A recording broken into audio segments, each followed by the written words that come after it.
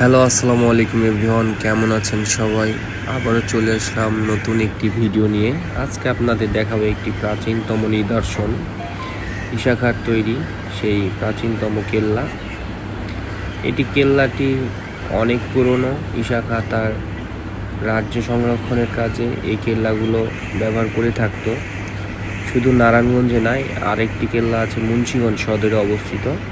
তবে কেল্লাগুলো এখন অবহেলা অযত্নে অনেকগুলা ধসে যাচ্ছে, এবং তবুও কেল্লার যে মনোরম দৃশ্য আপনারে মোহিত করব।